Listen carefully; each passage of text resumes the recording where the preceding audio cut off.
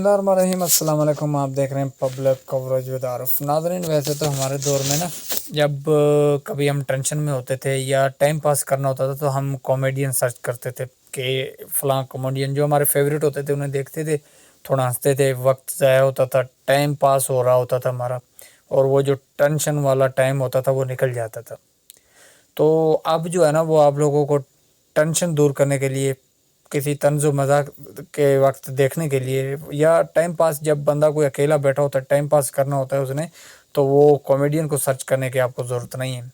اب الحمدللہ آپ کو صحافت کی دنیا میں بھی ایسے ایسے کامیڈین ملیں گے، ایسے ایسے لطیفے سنانے والے ملیں گے، طنز و مزاح والے ملیں گے کہ آپ کا دل باغ بار ہو جائے گا، دل خوش ہو جائے گا آپ لوگوں کا۔ تو ابھی میں آپ کو ایک دو کامیڈی سناتا بھی ہوں صحافیوں کی، تو آپ سنیے گا، آپ کا دل خوش ہو جائے گا۔ آپ ایسی جگتے ہیں جو کبھی کامیڈین بھی نہیں مارتے، وہ صحافی مار رہے ہوتے ہیں۔ اندازہ کریں آپ کہ صحافت ایک ایسا پیشہ ہوتا تھا کہ اب اسے کامیڈین نے بدل دیا ہے۔ اب میں زیادہ بات نہیں کروں گا، ایک صحافت کی جو پہچان بنی ہوئی ہیں غریدہ فاروقی صاحبہ، بہت اچھی خاتون ہے، میں ان کی جو ہے وہ رسپیکٹ کرتا ہوں۔ یہ کہتی ہیں کہ اسحاق ڈار اپنے وزارتی کیریئر کے دوران نہ صرف سیاسی انتقام بلکہ کئی ذاتی تعصبات کا بھی شکار رہے ہیں۔ کون سا ان کے ساتھ جو ہے وہ سیاسی انتقام لیا گیا ہمیں آج تک پتہ نہیں چلا۔ ان کے پاس جتنے بھی یعنی ان کی جائیدادیں ہیں جتنے بھی ہیں بیرون ممالک، آج تک یہ شخص جو ہے اس کے ٹرائل نہیں دے سکا۔ لوگ تو موٹر سائیکل لیتے ہیں تو اس کا ٹرائل دیتے ہیں، یہ شخص نہیں دے سکا آج تک۔ تو اس کے ساتھ کون سا ظلم و زیادتی ہوئی ہے مجھے پتہ نہیں۔ اچھا، تعصبات کا شکار ہے، ویسے سوری معذرت کے ساتھ، اسحاق ڈار کے ساتھ ایک حادثہ پیش ہوا تھا جو یہ فرش پر گرے تھے، اللہ تعالیٰ ان کو صحت و سلامت رکھے۔ یہ کسی کے ساتھ بھی ہو سکتا ہے، تو یہ کوئی یعنی کہ شرم والی بات نہیں ہے یا کوئی بےزتی والی بات نہیں ہے، یہ ایک حادثہ ہو جاتا ہے۔ اس کے اوپر اگر کوئی بات کر رہا ہے، چاہے وہ پی ٹی آئی سپورٹر ہیں یا دوسرے ہیں، تو میں سمجھتا ہوں کہ غلط کر رہے ہیں، ایسا نہیں کرنا چاہیے۔ یہ ایک حادثہ ہوا اس کے ساتھ، اللہ تعالیٰ انہیں سلامت رکھیں، انہیں صحت دیں۔ ان سے کوئی ذاتی تو کسی کی دشمنی نہیں ہے، سیاسی ہے، وہ سیاسی مخالفت رکھیں، ذاتیات پہ نہ جائیں۔ تو پھر یہ آگے فرماتے ہیں کہ وہ ایک بہترین وزیر خزانہ ثابت ہوئے، اب وزیر خارجہ کے طور پر انہوں نے خود کو انتہائی قابل ثابت کر دکھائے۔ جب غریدہ فاروقی صاحبہ یہ وزیر خزانہ تھے تب ان کی کیا انہوں نے خزانے میں اضافہ کیا تھا پاکستان میں، تب بھی ہم قرضوں پہ پڑ رہے تھے، اب بھی ہم قرضوں پہ پڑ رہے ہیں، تو کون سی کامیابی؟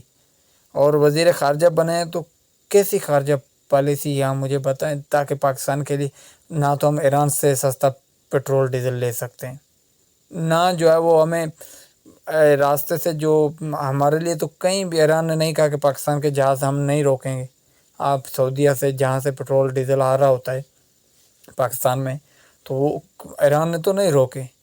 تو پھر یہ کیسی خارجہ پالیسی ان کی ہے کہ کامیابی ہے کہ نہ ہم ایران سے ڈیزل پیٹرول لے سکتے ہیں سستا، نہ ہم روس سے لے سکتے ہیں، تو یہ کیسی خارجہ پالیسی ہے؟ ہمیں نہیں سمجھ آتی، آپ اس کی اگر آپ سمجھتی ہیں تو ہمیں بتائیں۔ تو دوسرا جی، سوشل میڈیا پر مریم نواز کے خلاف ٹویٹ، سینٹرل کانٹریکٹ کے خلاف ورزی، پی سی بی نے نسیم شاہ پر 2 کروڑ روپے کا بھاری جرمانہ عائد کر دیا۔ یہ خبر پہلے ولاگ میں نے آپ لوگوں کو دی تھی کہ 2 کروڑ کا جرمانہ ہو گیا ہے، کیونکہ اس نے ایک سینٹرل کانٹریکٹ کا جو ہے وہ سائن کیا ہوا تھا، اس کی خلاف ورزی کر دی۔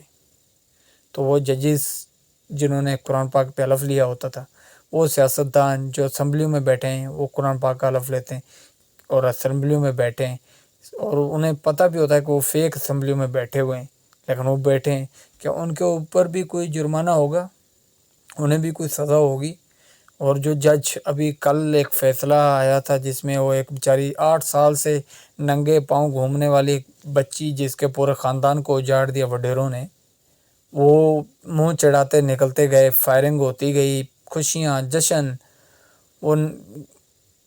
وہ انصاف کا جو قتل ہوا ہے، وہ جو جج جس نے یہ فیصلہ دیا، کیا اس جج نے قرآن پاک پہ حلف نہیں لیا ہوا تھا کہ میں جو ہے وہ انصاف کروں گا؟ کیا قرآن پاک کے اوپر حلف دینا اس کو کوئی اہمیت نہیں ہے جتنی اہمیت آپ کے کانٹریکٹ کے اوپر سائن کرنے کی ہوتی ہے؟ کیا اس جج کو سزا ملے گی جس نے جو ہے وہ معصوم بچی کے ساتھ ناانصافی کی، ان کے اہل خانہ کے قاتل کو جو ہے وہ باعزت بری کر دیا، صرف یہ کہ وہ وڈیرا تھا، وہ زرداری کی پارٹی کا تھا، وہ پیپل پارٹی سے تعلق رکھتا تھا، اس لیے اسے چھوڑ دیا؟ تو اگر انصاف کرنا ہے نا تو سب کے لیے ایکولٹی ہونی چاہیے۔ اور جو کرکٹر ان سیاستدانوں کے ساتھ تصویریں لیتے ہیں، خواجہ آصف کے ساتھ جنہوں نے تصویر لی، کیا ان کے ساتھ بھی یہ اس طرح کی سخت؟ اور محسن نقوی، ان کی کرکٹ میں کیا خدمات ہیں جو انہیں پی سی بی کا چیئرمین بنا دے؟ یہ تو ایک سیاسی شخصیت ہے، یہ کس لیے کرکٹ کے دیکھ بھال کو، بھاگ دوڑ کو سنبھال رہے ہوتے ہیں؟ تو قانون سب کے لیے ایکول ہونا چاہیے۔ جاتے جاتے میں ایک اور خبر آپ کو دیتا جاؤں کہ شہباز شریف نے کہا ہے کہ مشکل وقت میں عوام کو تنہا نہیں چھوڑیں گے، مزید ریلیف دینے کے لیے کوشاں ہیں جی۔ پتہ نہیں وہ خدا کے لیے ہمیں چھوڑ ہی دیں تنہا، آپ کا ساتھ تو ہمیں مہنگا پڑ رہا ہے۔ آپ جب آئے تھے ہمارے ساتھ نہیں تھے، آپ کہہ رہے تھے کہ میں عوام کا دکھ درد سمجھتا ہوں، اس ٹائم پٹرول ہم کو 150 روپے مل رہا تھا۔ آپ آئے کہ میں کپڑے بیچوں گا، عوام کو 70 روپے سے کم پٹرول لے کے دوں گا، تو ہم لوگوں نے سوچا بھائی یہ عوام کا دکھ درد رکھتا ہے، یہ عوام کے ساتھ ہے، ریلیف دے گا۔ وہ 332 روپے سے اوپر کر دیا پٹرول، اور یہ منہ اٹھا کے کہہ دیتا ہے کہ میں قوم کے ساتھ کھڑا ہوں۔ بھائی آپ کے ساتھ کھڑے ہونے سے کیا فائدہ؟ رگڑا تو لگ رہا ہے عوام کو، عوام کی تو منجی ٹھک رہی ہے۔ غریب بندہ بھی ڈیزل کی ضرورت ہے آئی ہے تو آپ نے ڈیزل مہنگے کر دیے، کھادیں مہنگی کر دی ہیں۔ اور جن کے پاس نہری پانی کا نظام نہیں ہے، شمسی سولر چلاتے ہیں، یا پھر جنہوں نے بجلی پہ یا انجن پہ جو ہے وہ ڈیزل خرچ کر کے چلانا، ان لوگوں کی تو منجی بیڑی ٹھک گئی۔ تو پھر کیا آپ ساتھ کھڑے ہیں مشکل ٹائم میں؟ اس سے خدا را آپ بیٹھ ہی جائیں، ہمیں تنہا ہی چھوڑ دیں، ہو سکتا ہے ہم تنہا جو ہے وہ کامیاب ہو جائیں، آپ کے ساتھ سے تو ہم کامیاب ہونے والے نہیں ہیں۔ تو اب تک کے لیے اتنے، انشاءاللہ ملتے ہیں کسی اگلی ویڈیو میں۔ اللہ حافظ۔